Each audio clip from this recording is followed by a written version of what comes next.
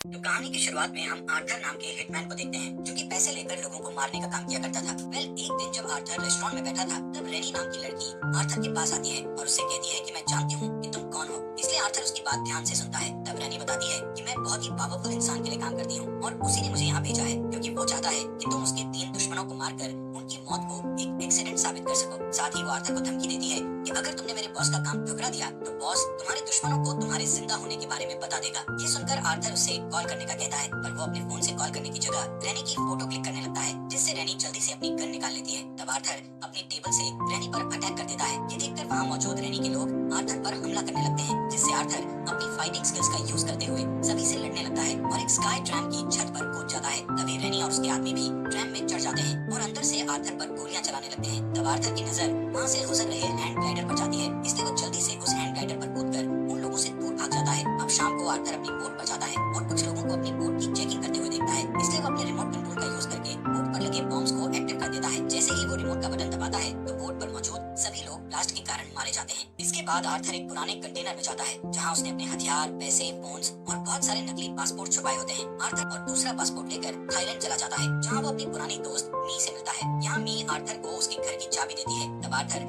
अपने घर के अंदर जाकर फर्श के नीचे से अपना सामान निकालता है जो कि उसने बहुत पहले छुपाया हुआ था। इसके बाद वो अपने लैपटॉप से रेनी के बारे में इंफॉर्मेशन निकालता है, जिससे उसे पता चलता है कि रेनी क्रेन नाम के आदमी के लिए काम करती है और आर्थर अच्छे से जानता था कि क्रेन बहुत ही खतरनाक क्रिमिनल है। खैर अगले दिन मी के पास जीना नाम की एक लड़की आती है और उससे फर्स्ट एड का सामान मांगने लगती है। तब मी उस लड़की की बॉडी पर चोट के निशान देखकर उसकी मदद करने का कहती है, लेकिन जीना मदद से इनकार करके फर्स्ट एड किट लेकर चली जाती है। अब रात के समय मी देखती है कि जीना का बॉयफ्रेंड फ्रैंक उसे पूरी तरह पीट रहा है, इसलिए मी जल्दी से आर्थर के पास जाती है और उससे जीना की मदद करने को कहती है। इसलिए वो मी की बात मान जाता है और जीना को बचाने के लिए फ्रैंक की बोट पर चला जाता है, जहाँ पहुंचकर वो फ्रैंक से जीना के बारे में पूछने लगता है। तब फ्रैंक उस पर हमला कर देता है, जिससे बचने के लिए आर्थर फ्रैंक को मारता है। तब गलती से फ्रैंक के सिर पर चोट लग जाती है और उसकी डेथ हो जाती है। ये देखकर जीना के होश उड़ जाते हैं और वो पूरी तरह घबरा जाती है। इसी बीच मी जीना को किनारे पर लाने के लिए अपनी बोट को वहाँ लाती है। इधर आर्थर बोट के चारों ओर देखता है तो उसे गन, जीना का पासपोर्ट और उसका फोन मिलता है। इस फोन में उसे अपनी तस्वीर दिखाई देती है, जिसे देखकर आर्थर को समझ नहीं आता कि आखिर जीना के पास उसकी फोटो क्यों है। इसके बाद आर्थर सभी सबूत मिटाने के लिए उस बोट में आग लगा देता है और वापस किनारे पर आ जाता है। यहाँ आर्थर जीना को जगाता है और उस पर गन पॉइंट करके पूछता है कि क्या तुम क्रेन के लिए काम करती हो। ये सुनकर जीना डर जाती है और आर्थर को सब कुछ सच बताने लगती है। वो बताती है कि मुझे यहाँ क्रेन ने भेजा है, लेकिन मैं उसके लिए काम नहीं करती हूँ। यहाँ आर्थर को पता चलता है कि क्रेन जीना को ब्लैकमेल करके उससे अपना काम करवा रहा है और आर्थर को अब सब कुछ पता चल चुका था, इसलिए वो जीना से कहता है कि अब मैं तय करूंगा कि तुम्हें क्रेन को कब बुलाना है। अगले दिन आर्थर को पता चलता है कि जीना एक ह्यूमैनिटेरियन ग्रुप की मेंबर है जो कंबोडिया में गरीब बच्चों को पढ़ाया करती थी। यहाँ आर्थर जीना से पूछता है कि क्रेन किस बात की धमकी देकर तुमसे काम करवा रहा है, जिस पर जीना बताती है कि मैं ह्यूमन ट्रैफिकिंग के विक्टिम्स के लिए एक शेल्टर चलाती थी, लेकिन कुछ हफ्ते पहले हमारे शेल्टर का एक स्टाफ अचानक से गायब हो गया था और 2 दिन बाद उसकी बॉडी को कोई गेट पर छोड़कर गया था, जिसके बाद क्रेन ने अपने लोगों को शेल्टर पर भेजा और मुझे धमकी दी कि अगर मैं उनके लिए काम नहीं करूंगी तो वो बच्चों को मार डालेगा। इसी दौरान आर्थर की नजर उसके पास की एक बोट पर जाती है जिसमें बैठे कुछ लोग किनारे की ओर देख रहे थे। आर्थर को लगता है कि शायद वो लोग क्रेन ने भेजे हैं, इसलिए आर्थर जीना के साथ हाथ मिलाकर घूमता है ताकि उन लोगों को लगे कि जीना ने आर्थर को अपने जाल में फंसा लिया है। साथ ही मी भी उन लोगों को नोटिस करती है, इसलिए वो आर्थर और जीना को थाईलैंड की पुरानी परंपराएं बताती है और उन्हें एक साथ एंजॉय करने को कहती है, जिससे वो दोनों काफी मस्ती करते हैं और हमें पता चलता है कि आर्थर कहीं न कहीं जीना को पसंद करने लगा है। शाम होने पर जीना आर्थर से माफी मांगते हुए कहती है कि मैंने तुम्हें मुसीबत में डाल दिया है। तब आर्थर कहता है कि मैं समझता हूँ, क्योंकि मैं भी एक अनाथ हूँ और जब मैं छोटा था तब मुझे एक गैंगस्टर को बेच दिया था जो कि बच्चों को ट्रेनिंग देकर उन्हें अपना आदमी बनाता था। इसके अलावा आर्थर बताता है कि क्रेन भी उसी गैंगस्टर के पास था। एक दिन मैं वहाँ से भाग गया, लेकिन क्रेन कभी भी उस जगह से नहीं निकल पाया। यहाँ आर्थर को लगता है कि शायद उसके भागने के बाद गैंगस्टर्स ने क्रेन को दोषी ठहराया होगा, इसलिए क्रेन उससे बदला लेना चाहता है। इसके बाद रात में हम आर्थर और जीना को एक साथ टाइम स्पेंड करते हुए देखते हैं, जहाँ आर्थर उससे वादा करता है कि मैं किसी भी तरह तुम्हें इस मुसीबत से बाहर निकाल दूंगा। साथ ही वो क्रेन को पकड़कर उसे मारने का कहता है, जिसके बाद आर्थर जीना को अपने पिता की एक घड़ी गिफ्ट करता है। इस घड़ी को वो हमेशा अपने पास रखता था क्योंकि ये उसके पिता की आखिरी निशानी थी, लेकिन अब वो जीना से प्यार करने लगा था, इसलिए वो अपनी कीमती चीजें जीना को दे देता है। अगली सुबह कुछ पुलिस ऑफिसर्स का एक ग्रुप बीच पर आता है। तब जीना पहचान जाती है कि वो क्रेन के आदमी है, इसलिए आर्थर उनसे लड़ना शुरू कर देता है, जिस दौरान कुछ ऑफिसर्स जीना को पकड़ लेते हैं। इसलिए आर्थर के पास अब क्रेन से बात करने के अलावा कोई और रास्ता नहीं बचता है। कुछ देर बाद आर्थर को क्रेन के पास ले जाया जाता है। यहाँ क्रेन जान चुका था कि आर्थर जीना से प्यार करने लगा है, इसलिए वो आर्थर से कहता है कि अगर तुम जीना को छुड़ाना चाहते हो तो तुम्हें मेरे लिए 3 मर्डर्स करने होंगे और उन मर्डर्स को एक एक्सीडेंट की तरह दिखाना पड़ेगा। क्रेन सबसे पहले क्रिल नाम के आदमी का नाम बताता है जो कि अफ्रीका का हाई प्रोफाइल आर्म्स डीलर है और इस समय वो मलेशिया की जेल में कैद है। यहाँ क्रेन आर्थर को एक पिल देता है और कहता है कि क्रिल को मारकर तुम्हें ये पिल खानी होगी ताकि मेरे लोगों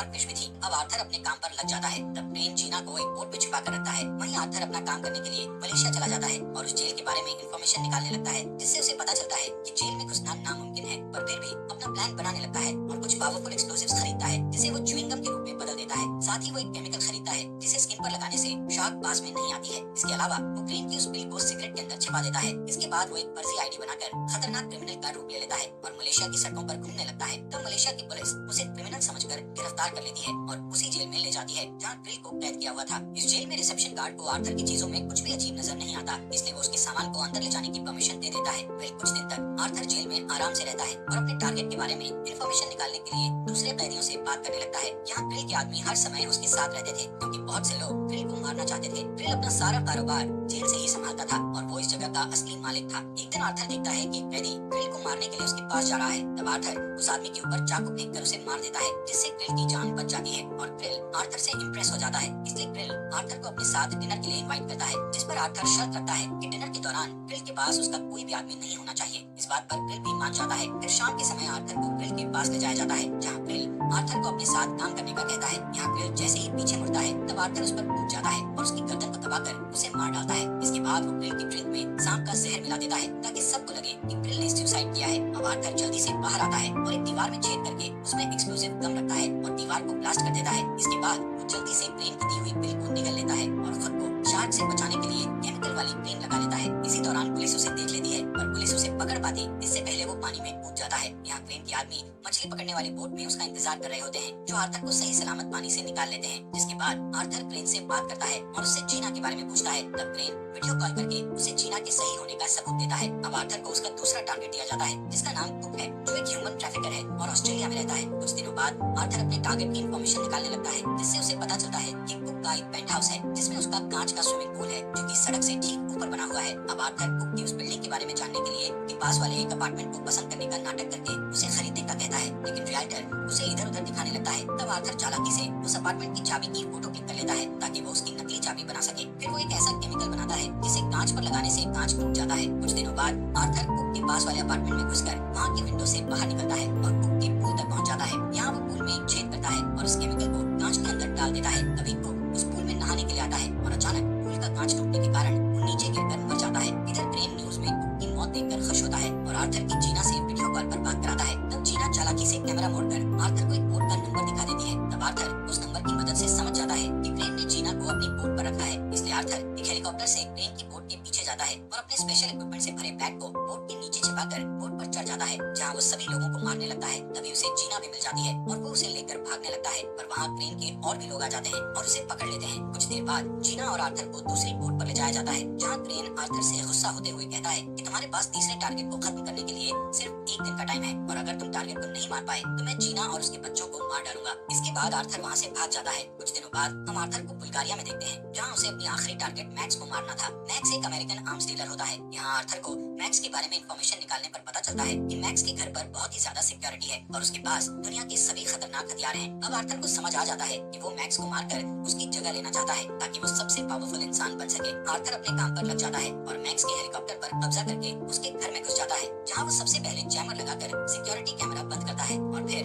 अपने सामने आने वाले सभी गार्ड्स को मारने लगता है। जल्द ही पूरी बिल्डिंग में इमरजेंसी अलार्म बजने लगता है, इसलिए मैक्स को उसके सबसे सेफ रूम में ले जाया जाता है। यहाँ आर्थर पहले से ही मैक्स का इंतजार कर रहा होता है, पर आर्थर मैक्स को मारने की बजाय उसे क्रेन के बारे में बताता है और साथ मिलकर क्रेन को मारने का कहता है। आर्थर मैक्स को अपना प्लान बताता है कि तुम्हें अपनी मौत का नाटक करना होगा, क्योंकि जैसे ही क्रेन तुम्हारी मौत के बारे में सुनेगा तो वो अपने लोगों को यहाँ भेज देगा, तब हम उनके लोगों को मार देंगे। कुछ समय बाद क्रेन न्यूज में मैक्स की मौत की खबर देखता है। तभी आर्थर भी क्रेन को कॉल करके बताता है कि मैंने अपने टारगेट को मार दिया है, लेकिन क्रेन को अभी भी विश्वास नहीं था। इसलिए आर्थर उससे कहता है कि मैक्स की बॉडी पानी के अंदर डूब गई है। इसके बाद क्रेन मैक्स की बॉडी को ढूंढने और आर्थर को मारने के लिए अपने लोगों को मैक्स की जगह पर भेज देता है। जैसे ही उसके लोग मैक्स की जगह पर पहुंचते हैं तब वो आर्थर के जाल में फंस जाते हैं और सभी को पूरी तरह मार दिया जाता है। यहाँ क्रेन को समझ आ जाता है कि आर्थर उसे मारने के लिए आ रहा है, इसलिए वो जीना को चारा बनाकर बचने का सोचता है। तभी आर्थर पानी के रास्ते क्रेन की बोट पर पहुंच जाता है और क्रेन के लोगों को मारने लगता है, जिस दौरान क्रेन अपने आदमियों से जीना को वापस अंदर लाने का कहता है। तब जीना गार्ड से बचने के लिए उससे लड़ने लगती है। तब गार्ड जीना के पेट में शूट करके उसे फेंक देता है। थोड़ी देर बाद क्रेन बाहर आता है और जीना को पकड़कर अंदर ले जाता है। यहाँ आर्थर अभी भी गार्ड से लड़ाई कर रहा होता है। तब क्रेन बोट में छिपे बॉम्ब्स को एक्टिव कर देता है, जिसके बाद क्रेन अपनी दूसरी बोट से भागने की कोशिश करता है, लेकिन तभी आर्थर जीना के पास आ जाता है और जीना उसे बॉम्ब के बारे में बता देती है। इसलिए आर्थर जल्दी से जीना को बोट के इमरजेंसी रिलीज पॉड में बिठा देता है और उसे दूर भेज देता है। इसके बाद आर्थर क्रेन के पीछे जाता है और उसके सभी गार्ड्स को मार देता है। ये देखकर क्रेन एक चेन से आर्थर को बांधने लगता है, लेकिन आर्थर अपनी स्किल का यूज करके क्रेन को ही बोट से बांध देता है। तब क्रेन हंसते हुए कहता है कि ये बोट जल्द ही ब्लास्ट होने वाली है और तुम मेरे साथ मारे जाओगे, और वो बॉम्ब फटने से ठीक पहले बोट के अंदर भाग जाता है। यहाँ जीना क्रेन की बोट को ब्लास्ट होते हुए देखकर बहुत दुखी होती है, क्योंकि उसे लग रहा था कि ब्लास्ट में आर्थर की भी डेथ हो गई है। कुछ हफ्ते बाद हम जीना को कंबोडिया में देखते हैं, जहाँ वो अपने शेल्टर में बच्चों के साथ रह रही होती है। एक दोपहर जब वो बच्चों को पढ़ा रही होती है, तभी वहाँ आर्थर आता है, जिसे जिंदा देखकर जीना बहुत खुश होती है। इस बीच मैक्स को देखते हैं, जो क्रेन की बोट के ऊपर रिसर्च कर रहा होता है। तब उसे पता चलता है कि बोट में डाइविंग वेल नाम की एक ऐसी जगह है जिसमें रहकर इंसान पानी के अंदर भी सांस ले सकता है। तभी मैक्स सिक्योरिटी कैमरा को चेक करता है, जिससे उसे पता चलता है कि आर्थर ब्लास्ट होने से ठीक पहले उसी डाइविंग वेल में छिप गया था। खैर अब मैक्स इस कैमरा